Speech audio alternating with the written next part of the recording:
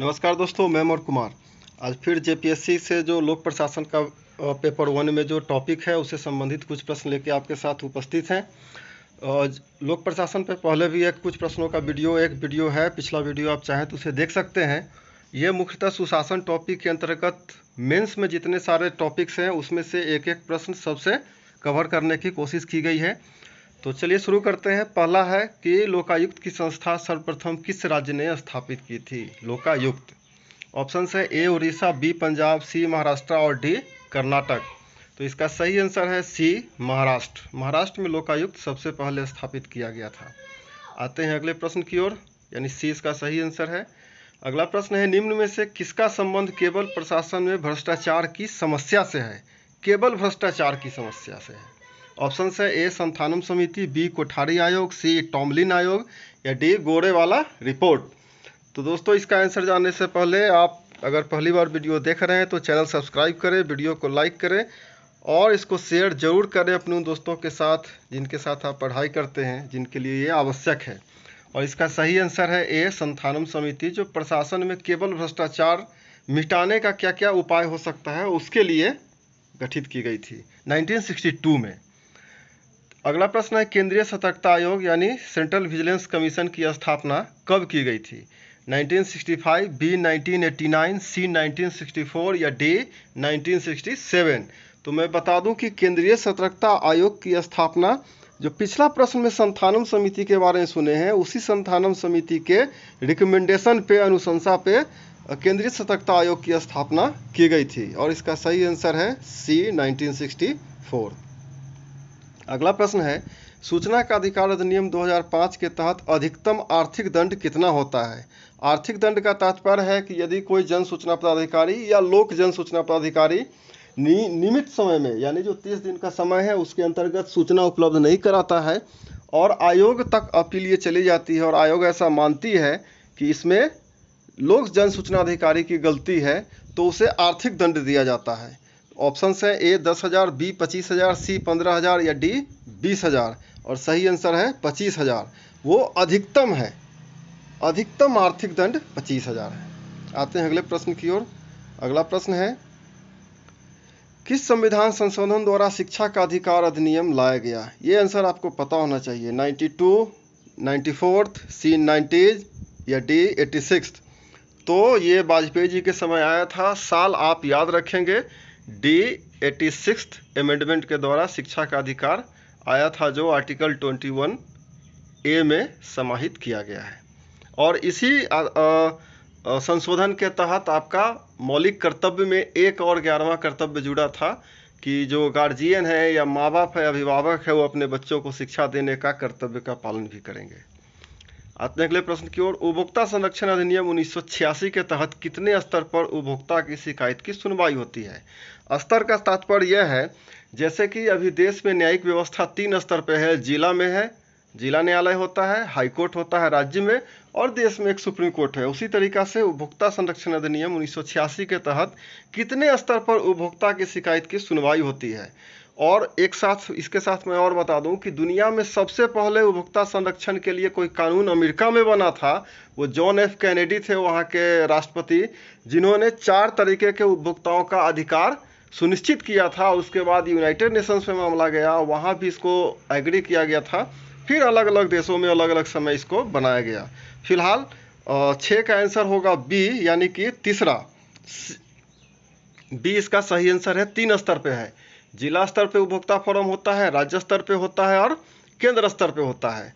तो आप जब इसको पढ़ेंगे मेंस में, तो वहाँ आप स्पष्ट पढ़ पाएंगे कि जिला स्तर पे कितने लाख तक के मामलों की सुनवाई होगी, राज्य स्तर पे करोड़ में चला जाता है और केंद्र स्तर पे करोड़ से ऊपर भी होता है। वो एक रेंज बनाया हुआ है, ये आप मेंस में पढ़ेंगे इसे। आते हैं अगले प्रश्न की ओर। घरेलू हिंसा से महिलाओं का संरक्षण अधिनियम किस वर्ष से लागू है? और ऑप्शंस है 1986, बी 1998, सी 2006 या डी 2009 से। तो घरेलू हिंसा से महिलाओं का संरक्षण 2006 से इस देश में लागू है। आते हैं अगले प्रश्न की ओर। राष्ट्रीय वृद्धावस्था पेंशन योजना की शुरुआत किस वर्ष हुई थी? ए 2005, बी 2000, सी 1995 या डी 1991। तो 1995 में राष्ट्रीय वृद्धा अवस्था पेंशन योजना की शुरुआत की गई थी। आते हैं अगले प्रश्न की ओर। नागरिक चार्टर योजना को सर्वप्रथम लागू करने वाला देश कौन है? नागरिक चार्टर योजना यानी कि सिटीजन चार्टर प्लान जो है कि यानी कि एक नागरिकों को क्या क्या अधिकार मिलना चाहिए हर चीज़ के मामले में, हर एक चीज़ों के मामले में, तो उसके ऊपर सबसे पहले किसने काम किया था? और ऑप्शंस है A Sweden, B Australia, C France या डी ब्रिटेन। सही आंसर है इसका ब्रिटेन। अगला प्रश्न है संयुक्त राष्ट्र महासभा द्वारा किस वर्ष मानव अधिकारों की सार्वजनिक घोषणा की गई थी? ऑप्शन है ए 1945, बी 1946, सी 1948 या डी 1955। और इसका सही आंसर है सी 1948। आते हैं अगले प्रश्न की ओर। राष्ट्रीय मानवाधिकार आयोग किस प्रकार की संस्था है? ए संवैधानिक, बी सांविधिक, सी गैर संवैधानिक या डी स्वतंत्र। तो इसका आंसर तो बी होगा, सांविधिक। मैं बता दूं कि संवैधानिक संस्थाएं वैसी संस्थाएं होती हैं जिनका संविधान में उल्लेख है। गैर संवैधानिक संस्था वैसी संस्थाएं हैं जिनका संविधान में उल्लेख नहीं है, लेकिन उन्हें काम करने के लिए सरकार के द्वारा आदेश जारी किया जाता है, जिसमें सबसे पहला एग्जाम्पल आप समझ लीजिए नीति आयोग। वो गैर संवैधानिक संस्था है और अधिकांशतः जो गैर संवैधानिक संस्था होते हैं वो सरकार के लिए सलाहकारी रूप में काम करते हैं। सांविधिक संस्था उसे कहते हैं, जैसे आप इकोनॉमिक्स में एक टर्म पढ़ते होंगे SLR, स्टैट्यूटरी लिक्विडिटी रेशियो।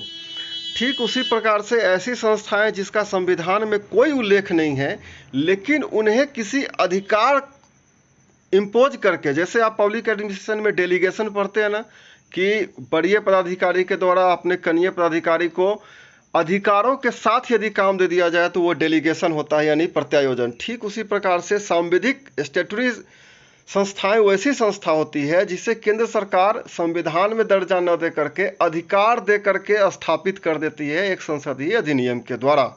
और स्वतंत्र संस्थाएं वैसी होती है जिनका गठन सरकार के कामों की देखरेख के लिए किया जाता है। अब स्वतंत्र में आप किस प्रकार से समझ सकते हैं? न्यायपालिका स्वतंत्र है, CAG स्वतंत्र है, अपितु इसकी सारी नियुक्तियां सरकार के द्वारा ही की जाती है। तो इसका सही आंसर है सांविधिक, राष्ट्रीय मानवाधिकार।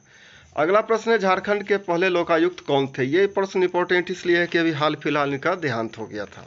लक्ष्मण उरांव, बी अमरेश्वर सहाय, सी LBN शाहदेव और डी RK मेरठिया होगा, ये टाइपिंग मिस्टेक है। और ये सारे के सारे न्यायाधीश महोदय थे और इसका सही आंसर है ए लक्ष्मण उरांव। इनका हाल फिलहाल अभी ये आंसर गलत है, यहाँ पे डी गलती से आ गया है, लक्ष्मण उरांव सही आंसर है। आते हैं अगले प्रश्न की ओर।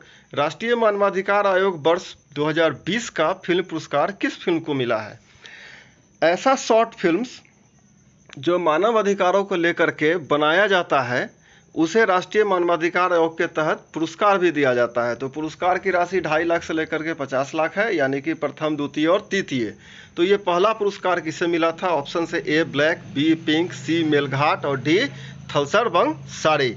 तो मैं आपको बता दूं कि इसका सही आंसर है डी थलसर बंग साड़ी।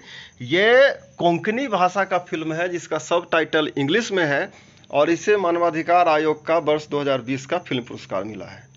अगला प्रश्न है सुशासन दिवस किस तिथि को मनाया जाता है? ए 12 अक्टूबर, बी 23 जुलाई, सी 18 मार्च या डी 25 दिसंबर। इसका सही आंसर है डी 25 दिसंबर। इसके साथ एक कहानी जुड़ी हुई है। ये इसी सरकार में शुरू किया गया है और ये जिस व्यक्ति के, आप बस इतना समझ लीजिए आज उनका जन्म दिवस है, जिस व्यक्ति के 25 दिसंबर के ऊपर ये मनाया जाता है, तो ये वाजपेयी जी के नाम पे 25 दिसंबर को मनाया जाता है संभवतः, या फिर सरदार वल्लभ भाई पटेल के नाम पे। इस दोनों में से किसी एक के नाम पे सुशासन दिवस मनाया जाता है, इसको कंफर्म कर लीजिएगा। अगला प्रश्न है भारतीय लोक प्रशासन संस्थान की स्थापना किस वर्ष हुई थी? और दोस्तों ये आज का आखिरी प्रश्न है, तो आप चैनल के साथ जुड़े रहें, वीडियो को लाइक करें, चैनल सब्सक्राइब करें और इसे शेयर जरूर करें। इसकी स्थापना जवाहरलाल नेहरू के विचारों के तहत किया गया था कि देश में जो लोक सेवा आयोग के अधिकारी हैं उनको प्रशिक्षण देने के लिए शिमला के बाद भी यहाँ पे उनको बुलाया जाता है और प्रशासनिक संरचनाओं से अवगत कराया जाता है, खासकर दुनिया के प्रशासन से। तो भारतीय लोक प्रशासन संस्थान की स्थापना 1954 में की गई थी। तो ये आज का आखिरी प्रश्न था दोस्तों। जुड़े रहें चैनल के साथ, अगला वीडियो और आपके लिए बेहतरीन आने वाला है। आज के लिए इतना ही, थैंक यू।